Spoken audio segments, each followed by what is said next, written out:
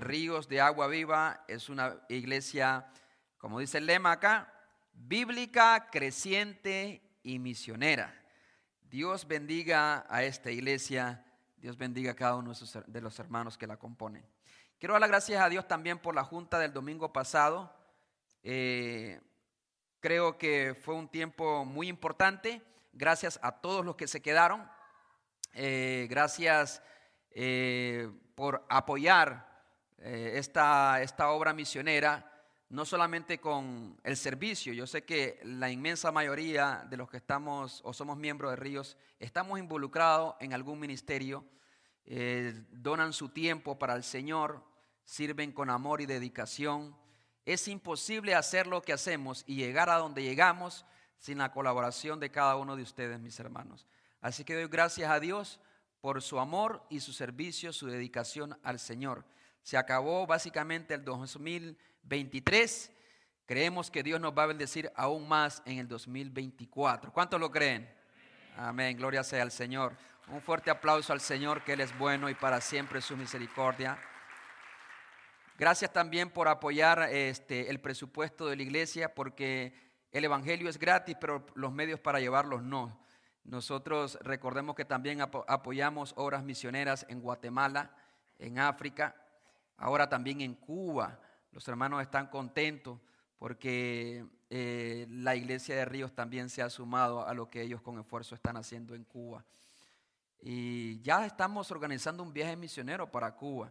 Ya como en marzo tenemos un grupo de hermanos que vamos a ir y anunciar las buenas nuevas que traen libertad a los cautivos. Así es que estemos orando por ello. Gloria sea al Señor, denle un fuerte aplauso a Cristo. Así es que gracias, mis hermanos, por su colaboración financiera, porque como les decía, es imposible tampoco hacer lo que hacemos sin la colaboración de los creyentes. Y tenemos un equipo muy capaz, honesto y transparente, como ya lo vimos el domingo pasado, que se ocupa de las finanzas. Ese es un grupo de personas que está formado por nuestro hermano diácono, nuestro hermano Gerson Gramajo. También tenemos hermano Rosbery de León, nuestro hermano Luzwin Villagrán, y también colabora nuestro hermano Edwin Ruiz. Así es que en esta iglesia hay transparencia y honestidad. Y aquí no es asunto de que el pastor agarra los diezmos y hace lo que quiere. Ayer llegaba mi hermana de Nicaragua y me decía, bueno, ella viene de otro contexto de iglesia y decía, pues yo daba los diezmos porque los diezmos son del pastor, ¿verdad, hermanito? No, estás equivocada. Eso es donde lo dice la Biblia. Eso lo han enseñado muchos ladrones que andan por ahí. En la iglesia nosotros tenemos un comité, un equipo de finanzas que se encarga de manejarlo. Yo no firmo, no toco el dinero, simplemente se me da un reconocimiento por el trabajo que hago, obviamente para el Señor, porque de otra manera no podría alimentar a mis hijos tampoco. Pero yo no toco ningún cheque, yo no toco la cuenta bancaria de la iglesia. Así es que gracias a Dios, y denle un fuerte aplauso a ese grupo de finanzas que está ahí, cada numerito, cada centavo reportado como se debe hacer. No solamente hay que tener honestidad, sino hay que tener transparencia. Fui con un mecánico y me dice el mecánico, pues no, yo lo hago así, hermano, usted trae el dinero y yo le entrego todo ya arreglado. No, está bien, yo confío en usted, pero es bueno que me dé un comprobante de las cosas que compró, de todo esto, para eso es transparencia, porque una cosa es ser honesto. Yo puedo ser honesto con usted, otra cosa es ser transparente con evidencia. Así es que eso es lo que hay en este equipo de finanzas. Así es que, mis hermanos, gracias a todos y gloria a Dios por lo que hará en Ríos de Agua Viva. Milagro. Hoy quiero hablar de milagros. Milagros y prodigios es lo que distingue al Dios de la Biblia. Negar los milagros de la Biblia, negar a Dios mismo. Dios en el Antiguo Testamento se ha dado a conocer como un Dios de milagros, y en el Nuevo Testamento lo viene a explicar. En realidad, Dios primero hizo muchas cosas en el Antiguo Testamento, por ejemplo, cómo Dios bendijo a muchas personas, y en el Nuevo Testamento nos dice por qué nos bendice también. También por qué Dios trajo juicio sobre la humanidad, y el Nuevo Testamento lo explica. Y así la revelación de Dios ha sido progresivo, pero primero Dios se reveló actuando como Él actúa en su carácter y de acuerdo a sus atributos, y luego se explica en el Nuevo Testamento. Así es que, mis hermanos, hoy quiero hablar de milagro. Milagro es un hecho que no tiene explicación por las leyes naturales. A eso le llaman milagro. Cuando no hay forma de explicar aquel acontecimiento. Y se le atribuye a intervenciones sobrenaturales de origen divino. Obviamente no todos le atribuyen un milagro a la persona de Dios. Y de hecho, el enemigo también puede hacer cosas sobrenaturales, porque eso es un milagro, algo que no se puede explicar por leyes naturales. Satanás, por ejemplo, en el Antiguo Testamento, cuando Moisés tiró su vara, se convirtió en serpiente. Y dijo a Faraón, no te preocupes, yo sé hacer esos trucos también. Y llamó a sus adivinos, hechiceros y brujos y tiraron también sus varas y se convirtieron en serpiente. Pues eso es un hecho sobrenatural, no hay explicación natural, no hay leyes naturales que lo puedan explicar. Pero más poderoso es el que está con nosotros que el que está en el mundo. Amén.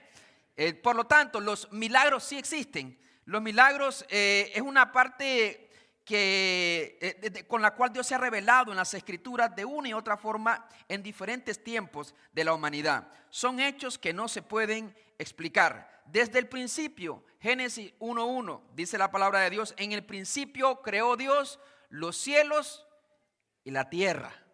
¿Cómo lo creó? ¿Qué material utilizó? No, con el poder de su palabra, Dios crea las cosas. Él dice, Él habla y las cosas se hacen. La vida de Jesús incluso, la vida de Jesús está envuelto en lo sobrenatural. Desde su anunciación por los profetas, la anunciación del ángel Gabriel y también su vida aquí en la tierra. También recordemos su muerte, su resurrección, también su ascensión. Entró al mundo de una forma sobrenatural y salió de este mundo de una forma sobrenatural. ¿Cómo no creer nosotros en las cosas sobrenaturales cuando tenemos a un Dios que está más allá incluso de lo que es la naturaleza, todo lo conocido, todo lo humano, está por encima de todas las cosas? Por lo tanto, yo quiero que nosotros alimentemos nuestra fe, porque nos falta creer, nos falta tener un poquito más de fe en nuestras vidas. Vivimos en un mundo que todo lo humanizamos, que todo lo hemos mecanizado. Y perdemos de vista la intervención divina que puede romper con los pronósticos, con las leyes naturales. A eso se le llama milagro. Esta mañana, nuestro tercer domingo de la serie La Esperanza de la Navidad. La esperanza de la Navidad. Si hay algo que debe traer el nacimiento de Jesús a su vida, a los adictos, a los drogadictos, a las drogas, al alcohol, a aquellos matrimonios quebrados, aquellos jóvenes solitarios, deprimidos, desorientados, aquella nación en caos. Si hay algo que debe transmitir Jesús, es esperanza. Precisamente porque cuando Jesús interviene en esta humanidad, en realidad la Biblia le llama que es la luz que viene a estas tinieblas. Por lo tanto, donde hay luz, siempre hay esperanza. Donde está Cristo, siempre hay esperanza. Jesús es la esperanza de la humanidad. ¿Por qué vivimos en un mundo como el que vivimos? Porque nos apoyamos en cualquier cosa. Nos apoyamos en la medicina, nos apoyamos en nuestros amigos, nos apoyamos en nuestros gobiernos, en buenos consejeros muchas veces, pero nunca nos apoyamos de todo corazón en Dios. Y por eso el mundo va de mal en peor. Y por muy buenos planes que tenga la humanidad, no va mejorando la cosa. La cosa va empeorando y la maldad se va a multiplicar, dice, y el amor se va a enfriar. Precisamente porque hemos perdido la vista, la mirada de Cristo y la hemos puesto en las cosas de este mundo. Así es que reflexionemos en esta mañana en cuanto a los milagros, en el episodio que narra las Escrituras de la concepción de Jesús. Vamos al libro de San Lucas, al Evangelio según San Lucas, por favor acompáñeme. San Lucas, mis hermanos, capítulo 1. San Lucas capítulo 1, versículo 26.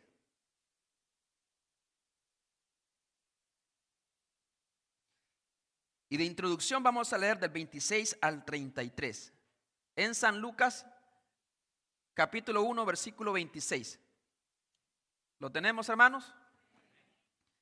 Este es uno de los acontecimientos más extraordinarios que Dios pudo hacer en la humanidad. Dice el versículo 26 del capítulo 1 del Evangelio según San Lucas. Al sexto mes, el ángel Gabriel fue enviado por Dios a una ciudad de Galilea llamada Nazaret, a una virgen desposada con un varón que se llamaba José, de la casa de David, y el nombre de la virgen era María. Y entrando el ángel en donde ella estaba, dijo: Salve, muy favorecida, el Señor es contigo, bendita tú entre las mujeres. Mas ella, cuando le vio, se turbó por sus palabras y pensaba: ¿qué salutación sería esta? 30. Entonces el ángel le dijo: María, no temas, porque has hallado gracia delante de Dios. Y ahora concebirás en tu vientre y darás a luz un hijo, y llamarás su nombre Jesús. Este será grande y será llamado Hijo del Altísimo. Y el Señor Dios le dará el trono de David, su padre, y reinará sobre la casa de Jacob para siempre, y su reino no tendrá fin. Vamos a orar. Querido Dios y Padre que estás en los cielos, venimos ante ti dándote el honor, la gloria y la alabanza que solamente tú, oh Dios, te mereces. Padre eterno, es para nosotros motivo de gozo, de alegría y de esperanza estar ahora recordando de una manera muy particular el nacimiento de nuestro Señor Jesucristo, la encarnación del Dios eterno, que trajo esperanza, que trajo vida, que trajo salud, que trajo vida eterna a todo aquel que cree. Bendito seas tú por siempre, y solo a ti, por todas las edades, sea la honra y la gloria en Cristo Jesús. Amén y amén. Pueden sentarse, mis hermanos. Quiero abordar este tema de los milagros en la concepción, haciendo notar 3 milagros que encuentro en este pasaje bíblico. Primero, el milagro de la aparición angelical, el milagro angelical. En segundo lugar, quiero hacer notar el milagro de la concepción, cómo María pudo concebir al Hijo de Dios. Y en tercer lugar, el milagro de la encarnación, porque no solamente es concebir en tu vientre de una manera sobrenatural, sino el ser supremo, el ser sobrenatural, el ser infinito, eterno, ahora dentro del útero de un ser humano que él mismo creó. Por lo tanto, vamos a hablar y vamos a centrar nuestra atención en estos 3 milagros.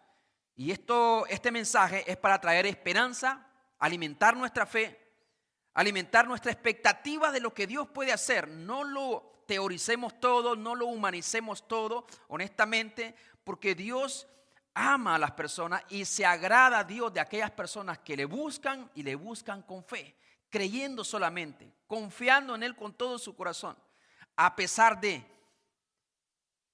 Recuerdo de que después de un servicio allá en Clinton, en el año 2016, allá como en octubre, una hermana se me acercó antes de que yo bajara después de una predicación. Terminé la predicación y una hermana se acercó y traía en su mano una caja que, por lo que yo miré, era un regalo. Allá no teníamos canto de despedida ni oración. Pues me sorprendió porque ya estábamos básicamente despedidos. Se acercó y me la entregó. Miré el regalo y yo dije: cumpleaños solamente cumplo una vez y no es mi cumpleaños. Día del pastor, aquí no lo celebran, no creen en eso, no se crean. Día del pastor no es octubre. Y luego, aniversario de boda, tampoco. Lo abro, empecé a sacar algunos papelitos que estaban ahí y encontré ahí un consolador. Chiquito, un consolador, un chupón que le ponen a los bebés aquí.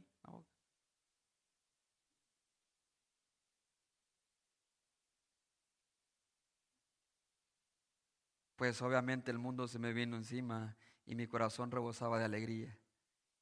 Mi esposa había concebido un bebé y estaba extremadamente feliz en aquel entonces. No sé cómo se lo habrá revelado su esposa a aquellos que han tenido esa bendición la primera vez. Así fue mi primera experiencia y fue llena de gozo, motivo de gozo y de alegría. No me lo reveló un ángel, pero en el caso de María fue una experiencia muy particular en realidad. Dice la Biblia que a sus ángeles mandará cerca de ti. Los ángeles son mensajeros y servidores del Señor. Dios lo puede hacer todo con su palabra. Así como Dios lo puede hacer todo aquí, en este mundo. Pero Él envía a sus mensajeros, hombres, como dice Pablo, que son vasos de barro, que en su debilidad Dios los escoge para anunciar el mensaje del Evangelio, la grandeza de ese Dios. Yo sé que los ángeles lo harían 1000 veces mejor que cualquier predicador y que cualquier mensajero, que cualquier evangelista. Pero Dios ha escogido al humano para hacer esta tarea de anunciar. Dios utiliza a los ángeles, por lo tanto, para hacer su voluntad y llevar a cabo sus propósitos para su gloria y para el beneficio de su pueblo. El ángel Gabriel es el que hacemos notar en el versículo 26. Al 6º mes, el ángel Gabriel fue enviado por Dios a una ciudad de Galilea llamada Nazaret. El ángel Gabriel se distingue en la Biblia como el mensajero de Dios, a distinción de Miguel, que es un ángel, un arcángel de guerra. Este ángel Gabriel lleva siempre un mensaje específico a personas en específico. Antes se le había aparecido a Zacarías, al sumo sacerdote Zacarías, 6 meses antes se le apareció en el templo para anunciarle también del nacimiento de Juan el Bautista.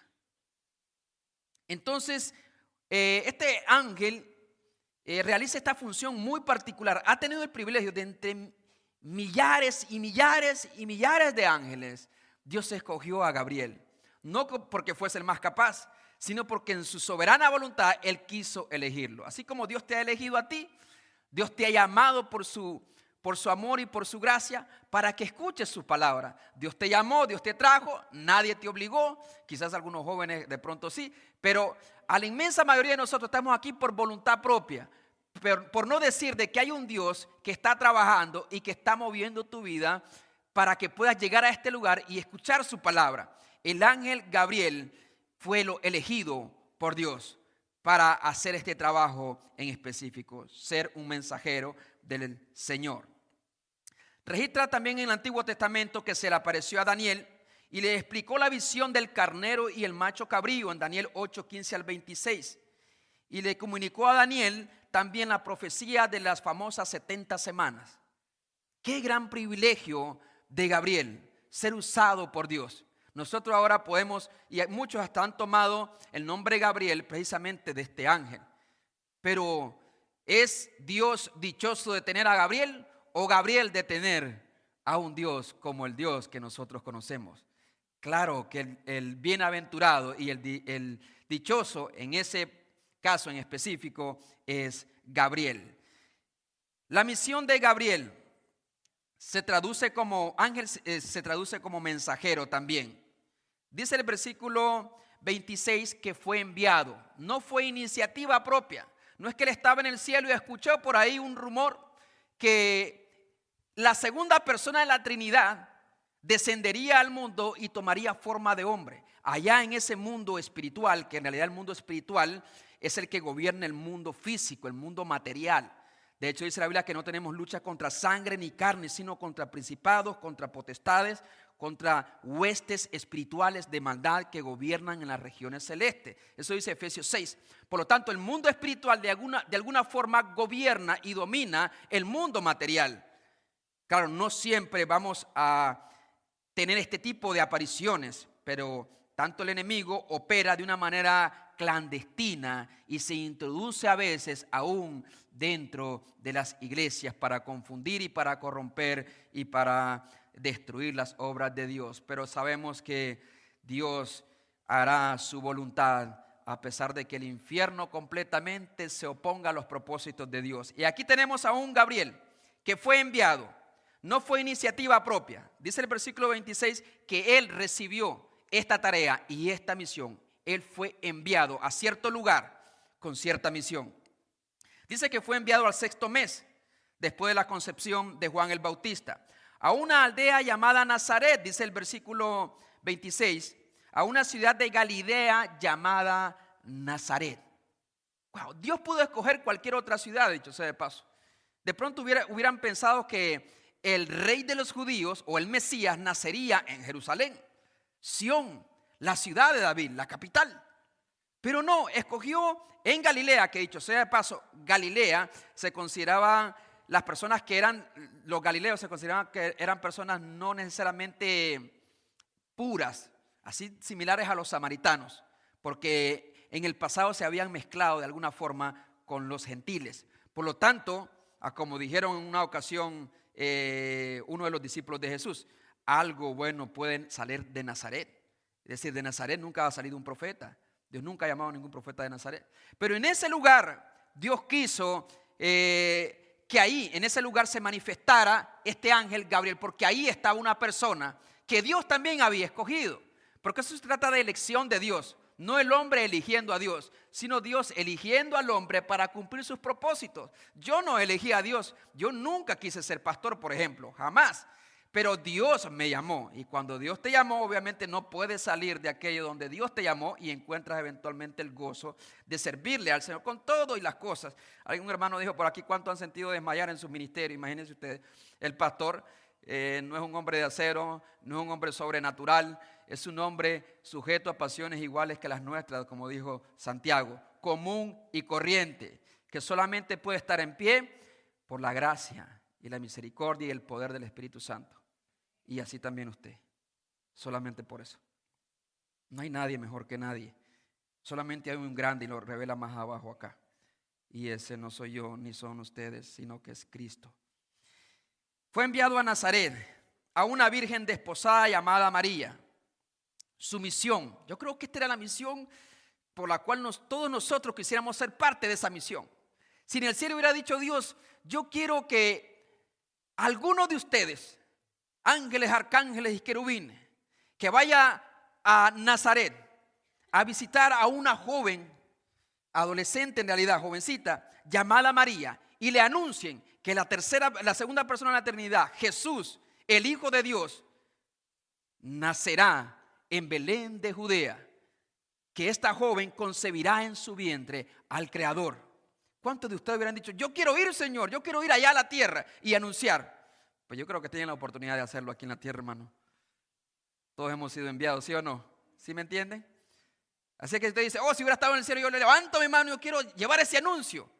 Es una gran noticia de que Jesús, el Hijo de Dios, nacerá de la Virgen María. Dios nos ha dado ya esa misión. Por tanto, ir y hacer discípulos a todas las naciones, bautizándolos en el nombre del Padre, del Hijo y del Espíritu Santo. Amén. Tenemos esa misión y por eso Ríos está aquí. No estamos aquí para divertir a la gente, no estamos aquí para entretener a las personas. Estamos aquí con una misión: ser la luz del mundo, ser la sal de la tierra, ser emisarios de un Dios que viene y que viene pronto. Amén. Esa es nuestra misión. Si Gabriel hacía cualquier otra cosa y no anunciaba el nacimiento y no iba con María a anunciarle, Gabriel estaba desviando la atención en otras cosas, aunque podrían ser interesantes. Entonces, hay un mundo espiritual que de alguna manera tiene contacto con lo material, con lo físico. Y ese mundo espiritual de alguna manera gobierna. Muchas personas están siendo atacadas incluso por el enemigo, por seres espirituales de maldad. Y no se dan cuenta que lo que necesitan es la intervención de Dios urgentemente en sus vidas. Otras personas están siendo movidas desde los gobiernos, hermano, y no se dan cuenta que es el enemigo el que está trabajando. También nosotros tenemos que vivir conscientes. Dios, ábreme los ojos para saber de que nunca estoy solo, como el siervo, si no me equivoco, de Eliseo. Más son los que están con nosotros que los que están con ellos, cuando fueron rodeados por el ejército asirio. Y dijeron, oh mi Señor, ¿y ahora qué haremos? Y Eliseo oró y dijo, Señor, ábrele los ojos. Y entonces Dios le abrió los ojos y habían carros de fuego alrededor de ellos. El mundo espiritual en realidad gobierna el mundo físico. Por lo tanto, creer en lo sobrenatural no es una opción en la vida del creyente. Creer en lo sobrenatural y en los milagros es una demanda de las Escrituras. Pero no solamente el milagro de la aparición de este ángel, sino el milagro de la concepción y el nacimiento virginal de Jesús. Más de 70,000 millones de personas han vivido sobre la tierra, según estadística. Más de 70,000 millones de personas han vivido sobre la tierra. Todas han tenido que nacer de forma natural, relativamente hablando. La necesaria intervención del aporte masculino y el aporte femenino para la fecundación y la concepción de una nueva vida. En toda la historia de la humanidad, solamente ha existido una vida, una concepción que rompió con esa ley de la naturaleza, según los propósitos de nuestro Dios, y es la concepción de nuestro Señor Jesús. Entonces, el ángel Gabriel sabía a dónde ir y dónde se encontraba aquella joven llamada María. María, que significa amada de Yahvé, amada de Jehová, quien vivía en Nazaret, una pequeña aldea al sur de la sierra del Líbano. Una jovencita de clase humilde. Para aquellos incluso que dicen que si sirves a Dios, Dios te va a hacer rico. María tiene mucho que enseñarnos en realidad. Una joven humilde, devota, temerosa de Dios, digna de imitar, pero era pobre, que de hecho ofrecieron palomillos cuando llegaron a ofrecer ciertos sacrificios al templo por el nacimiento de nuestro Señor Jesús. Y eso lo ofrecían la gente pobre, ese tipo de ofrenda, porque no les alcanzaba para un becerro. Una joven humilde sería un instrumento escogido por Dios, de quien la segunda persona de la Trinidad, Jesús, tomaría un cuerpo humano, pero sin relación al pecado, claro. No sería la hija de un gran noble, no sería la hija de un fariseo, de un religioso. No nacería en la capital de Jerusalén nuestro Señor Jesús, sino una joven humilde de Nazaret. Y vemos que María, aunque temerosa de Dios, no gozaba de grandes riquezas materiales. Un escritor llamado Ryle dice, tanto su posición social como en su hogar había una gran ausencia de lo que el mundo denomina grandeza. Grandeza, ¿dónde tú vives? Grandeza, ¿cuánto tú tienes en el banco? ¿Qué carro tú traes? ¿Cuántos cuartos tiene tu casa? ¿Cuántos pies cuadrados mide? Esa grandeza que dice el mundo en realidad ha sepultado vivo a millones de personas hoy en día. Esa grandeza. Carecía de todas estas cosas, María. Una joven virgen, la pureza de María, noble. Virgen es que nunca había tenido intimidad sexual con ningún hombre. Pureza y devoción a Dios. Hoy es difícil que esto se promueva desde las escuelas, a veces hasta los mismos padres. A veces hasta los mismos padres, corrompidos por la sociedad, más bien le dan ciertas indicaciones a sus hijos de cómo cuidarse, o que no salgan embarazadas o no dejen embarazadas a las muchachitas. Porque ya no se promueven los valores, los hemos perdido completamente. No así María. María, una joven que se había cuidado, vivía en pureza y en devoción, reservada para su marido. Y esto era parte también del cumplimiento, y era un requisito que esta joven fuese virgen. Dice Isaías 7:14, por tanto el Señor mismo os dará señal. He aquí la virgen concebirá y dará a luz un hijo y llamará su nombre Emmanuel. Alrededor de 700 años antes, Isaías estaba proclamando esta gran verdad. El estado civil era una mujer desposada, es decir, que es el desposorio. Es un contrato verbal que tenía repercusiones legales, no como ese compromiso que nada más es el anillito y después se arrepintieron, le gustó otra muchachita, qué sé yo, y entonces rompió el compromiso. Yo no sé cuántos han pasado por esa experiencia. Ayer básicamente un trato legal que para poder dejar a esta mujer en realidad tenías que firmar carta de divorcio, porque así que se consideraba. Duraba alrededor de un año este periodo del desposorio. Cuando iban los padres a la casa de la jovencita, miraban a la jovencita y decían, ok, creo que María es una buena muchacha y nos gustaría que se casara con nuestro hijo José. Y entonces daban cierta dote, ¿no? Ofrenda. Yo creo que vamos a instaurar ese estilo, ¿no? Para que nuestros jóvenes se equivoquen menos, donde los padres escojan las parejas de sus hijos y de sus hijas. Son principios que hay en la Biblia, pero no tenemos que creer. Era la cultura más que todo. Era un contrato legal.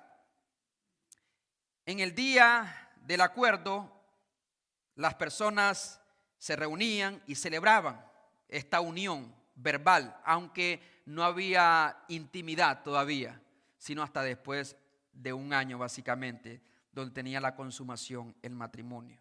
Pero ya se consideraban marido y mujer. Dios lo hizo específicamente en un tiempo. Pero veamos lo que dice el ángel. Dice el versículo 28. Y entrando el ángel en donde ella estaba, dijo: salve, muy favorecida, el Señor es contigo, bendita tú entre las mujeres. Salve, o en hebreo shalom, paz de Dios contigo. Favorecida, muy favorecida, dice. Es decir, es objeto del favor de Dios. Aquel a quien Dios escoge, tanto el ángel Gabriel como María, como cada uno de nosotros, aquel a quien Dios escoge para ser parte de su plan de redención, debe entender y ejercer su tarea como un privilegio y no como un derecho y no como una ganancia. ¿Acaso no nos sentiríamos favorecidos que el más grande monarca de una ciudad, de una tierra, escogiese nuestro humilde hogar como su morada temporal? Nos sentiríamos dichosos, favorecidos. Es Dios quien nos hace el favor al permitirnos servirle, al permitirnos conocerle a Él. No son los siervos los que hacen el favor a un Dios soberano, a un Dios todopoderoso, sino nosotros somos las personas dichosas y favorecidas. Había muchas vírgenes consagradas. Yo creo que María no era la única.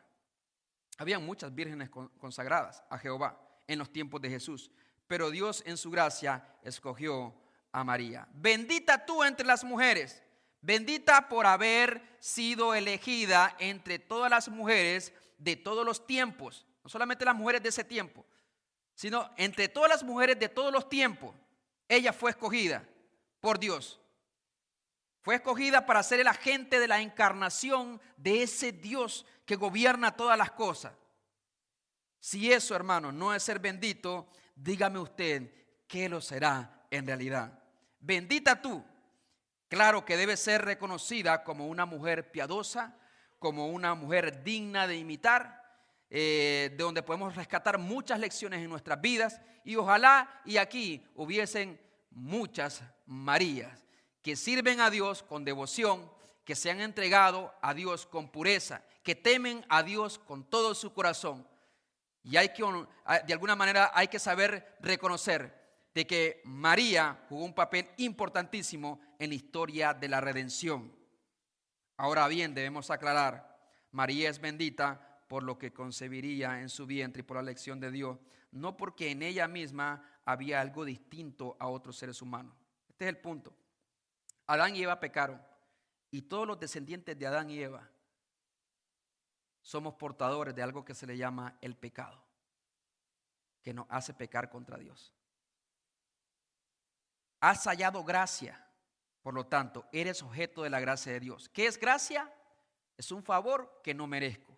Lejos de ser algo que yo merezco, es más bien, aunque no merezca, en realidad ninguna criatura, ningún ser humano, por muy bueno que esta persona crea ser, merece o ha merecido la gracia, el favor y la bendición de Dios, menos ser el agente por el cual Dios tomaría un cuerpo humano. Y le dice el versículo que sigue en el versículo 29, mas ella cuando le vio se turbó por sus palabras. Claro, no se esperaba aquella salutación y pensaba qué salutación sería esta. Entonces el ángel le dijo, María, en primer lugar no temas, porque su corazón temía, porque has hallado gracia delante de Dios. Es decir, has hallado el favor que tú no mereces delante de Dios. Dios te ha favorecido con un favor que no mereces. Eso es gracia, es algo que no merezco. Y ahora concebirás en tu vientre y darás a luz un hijo y llamarás su nombre Jesús, que significa Dios es salvación, Dios salva. Y el versículo 34 añade, entonces María dijo al ángel, ¿cómo será esto? Pues no conozco varón, es decir, no he tenido relación con ningún varón. Respondiendo el ángel le dijo, el Espíritu Santo vendrá sobre ti y el poder del Altísimo te cubrirá con su sombra. O sea, será un acto sobrenatural. No será la unión entre tú y José en esta etapa del desposorio. De hecho, dice la Biblia que José no conoció a María hasta que obviamente ya había dado a luz a Jesús. Por lo tanto, entendemos por las Escrituras que este evento también es un milagro. Yo diría que el milagro más grande, más allá del mar rojo dividido en dos partes, cuando cayó maná del cielo, brotó agua de la roca. Este es el milagro en realidad que sobrepasa cualquier otra maravilla que Dios había hecho en el pasado o hará en el futuro. Como un Dios, y aquí nos lleva al tercer milagro, como un Dios eterno, que no conoce el tiempo, que es espíritu, que está en todas partes en realidad, un Dios omnipresente, un Dios omnipotente, decidió introducirse en el vientre de una de sus criaturas. Que si usted ve la Tierra, en realidad, la Tierra, el planeta Tierra, en comparación con el universo, la Tierra es un pequeño granito de trigo, digamos, en el universo. Y después de este universo, coger a una persona que habita allí. Y el Creador, que lo llena todo, quiso ser un ser humano para poder morir por el hombre. ¿Cómo puedo entender yo esto? Hay muchos semidioses en la mitología griega, Zeus, Hera, Poseidón, Ares, Hermes y muchos otros. Pero ninguno de ellos se acerca ni en carácter ni en moral. Y esos que son de la mitología, que le puedes poner cualquier cosa. Ninguno de ellos son comparables con Cristo, quien ha cambiado por completo la historia de la humanidad, nuestras vidas. El Dios eterno, 100% Dios, 100% hombre. Sin dejar de ser Dios, se hizo hombre. Cuando yo vi por primera vez la movie de la Pasión de Cristo, yo pensaba que cuando clavaban a Jesús, Él no sentiría nada. Pues que es Jesús, es fuerte, poderoso.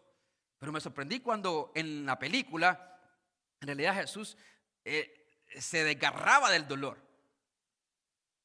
Y es que no entendía yo a mi corta edad que Jesús fue 100% hombre. Que cada clavo, que cada latigazo que le dieron fue sentido como lo sentiría cualquier ser humano.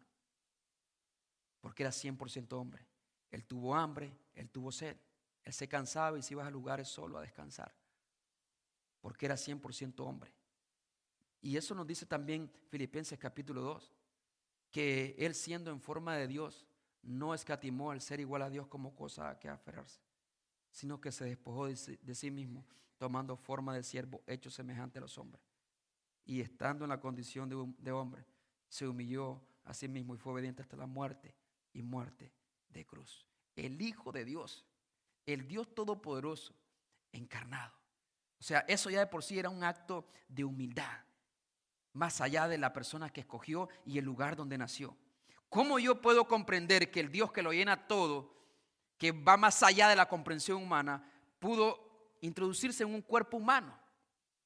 Es como si yo pudiera comprender que puedo tomar las aguas del Atlántico, las aguas del Pacífico, y de pronto meterlas en un pequeño frasco de 10 onzas y decir, aquí están las aguas del Atlántico y del Pacífico. Si yo pudiera comprender eso, que jamás no es posible, entonces estaría cerca de comprender el milagro de la encarnación de nuestro Señor Jesús. ¿Será grande? Claro que sí. Porque no por lo que Él haría o porque Él llegaría a ser grande. Jesús ya era grande. Glorifica a tu Hijo con la gloria que teníamos en el pasado, antes que el mundo fuese, dice Jesús en San Juan capítulo 17. Será llamado Hijo del Altísimo y reinará por siempre. Y ese es el reino que nosotros esperamos. Y aquí quiero hacer una aplicación general. ¿Cómo podemos responder a estos actos milagrosos y extraordinarios, usted y yo? Bueno, en primer lugar, en fe y en esperanza. Fe y esperanza. Se acerca Navidad, nos estamos preparando de diferentes formas, pero hay algo que necesita usted y que necesito yo en nuestras vidas, y es mantener la fe o cultivar la fe y la esperanza a pesar de la adversidad, a pesar de lo contrario que pareciera la vida y las circunstancias que nos rodean. La Navidad debería de alimentar nuestra fe y esperanza. No alzaremos nuestra mirada más allá del sombrío horizonte de las pruebas y sufrimientos, hermanos. No alzaremos nuestra mirada más allá de los arbolitos, de las luces y de todos los regalos que ya hemos comprado quizá. No alzaremos nuestra mirada.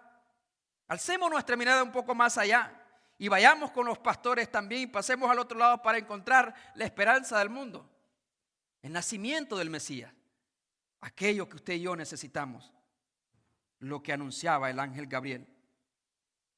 También obediencia. Mire lo que dice la palabra de Dios, y este es el último versículo. Dice el versículo 38. Entonces María dijo, y así respondió esta mujer: he aquí, ¿qué? La sierva del Señor. Esa palabra en griego es doulos. Y esta palabra yo creo que usted se la memorice. Diga conmigo, doulos. Doulos significa un esclavo.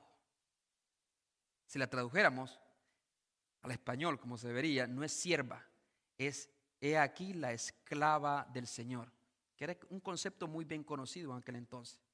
No dijo he aquí la madre de Dios, he aquí la esclava de Dios, la esclava. Pablo cuando escribe, Pablo a los Corintios, Pablo siervo de Dios, es esclavo de Dios también, esclava, que no tiene voluntad propia, que Dios es su dueño, que está a la disposición de su Señor, que no puede ser más que su Señor, simplemente un esclavo, que lo que el dueño y el amo dice, eso hará. He aquí la esclava del Señor, la sierva del Señor, y dice, hágase conmigo conforme a tu palabra. ¿Habrá alguien que le pueda decir eso a Dios en esta mañana? Señor, aquí estoy, aquí está tu siervo, aquí está tu sierva, aquí está tu esclavo y tu esclava. Se acerca el año 2024, Señor, quiero vivir para tu gloria, quiero hacer tu voluntad. Hágase en mi vida conforme a tu palabra. Eso para mí será un privilegio en realidad. Y no es un privilegio para ti que yo te sirva, sino que el privilegio es todo mío, Señor. He aquí el esclavo de Dios. He aquí la esclava del Señor. Eso es lo que Dios quiere que nosotros hagamos en este tiempo de Navidad. Pero ¿habrá alguien aquí que tenga oídos para oír? ¿O endureceremos nuestro corazón como Faraón? ¿Lo endureceremos? Y no obedeceremos a las Escrituras. Confía y rinde tu vida al Señor y podrás ver la gloria de Dios en tu vida. No esperes ver cosas maravillosas y extraordinarias. No le pides muchos señales a Dios. Solamente arrójate en los brazos, en las manos de ese Dios omnipotente. En fe, esperanza y también en obediencia. ¿Habrá alguien en este lugar? Es mi pregunta. Que quiera decir al Señor, he aquí el esclavo, la esclava. He visto que los ángeles intervienen en los asuntos de la humanidad, Señor. Harás un milagro en mi vida en esta Navidad. He visto cómo María ha concebido, y no solamente concibió de una manera sobrenatural, sino que el Dios eterno milagrosamente se haría hombre, se haría un humano. Eso es un acto sobrenatural. ¿No alimentará esto nuestra fe y nuestra esperanza? Y esta respuesta de María no nos moverá también a nosotros a rendirnos a Él y decirle al Señor: he aquí, aquí estoy, para creer lo que tú dices, para tener esperanza en ti, pero también para servirte y que tu voluntad se haga en mi vida y no la mía. Así que ahí donde está, vamos a orar al Señor. Vayamos a Dios en oración y digámosle al Señor: Dios mío, alimenta mi fe. Quizás a veces me ha faltado la fe en esto que yo estoy viviendo, por lo que yo estoy pasando, y quizás me siento sin salida. Quizás son tantos los problemas en esta Navidad, y cuando vamos por las calles y miramos tantos anuncios y vemos cómo otras personas se gozan quizás y se regocijan, nosotros lamentamos por alguna pérdida, nosotros lamentamos por algún dolor, por las heridas que hemos sufrido, por el problema que estamos viviendo. Y Dios te dice: hay poder en Cristo. Al que cree todo le es posible, porque no hay nada imposible para Dios. Hoy Dios quiere renovar tu fe. Hoy quiere renovar tu esperanza. Hoy quiere renovar también tu vida espiritual. Que te vuelvas a Dios con todo tu corazón y clames por misericordia. Que te vuelvas a Él en arrepentimiento, buscando su voluntad.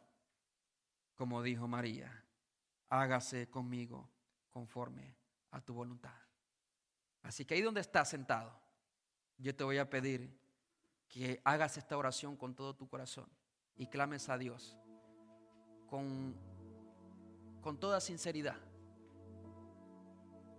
Y le dices: Padre, vengo a ti en esta hermosa tarde, reconociendo de que tú gobiernas por sobre todas las cosas. Te pido, Señor, que envíes auxilio a mi vida, así como enviaste al ángel Gabriel. Te ruego, mi Dios, que por el poder de tu Espíritu Santo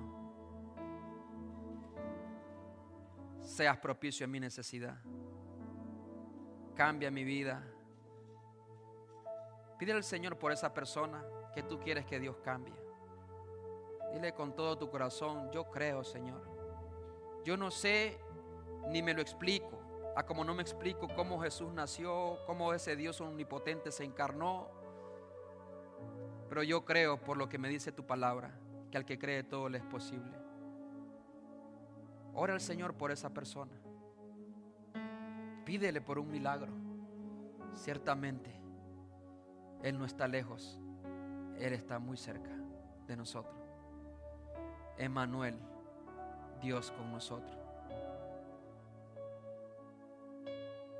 Y si tú te has desviado o no has tenido una vida tan comprometida en obediencia a Cristo, dile también: Señor, he aquí tu siervo, tu sierva. Soy tu esclavo. Me he dado cuenta que la vida sin ti no tiene sentido. Y aquí estoy, Señor. Dile al Señor: aquí estoy, Señor. ¿Podrías recibirme en tu gracia? Perdóname por todos mis pecados, por haber desperdiciado tanto tiempo, por solamente mirar lo que pasa. Hoy vengo a ti en humildad, en arrepentimiento. He aquí tu siervo, he aquí tu sierva. Haz conmigo conforme a tu voluntad.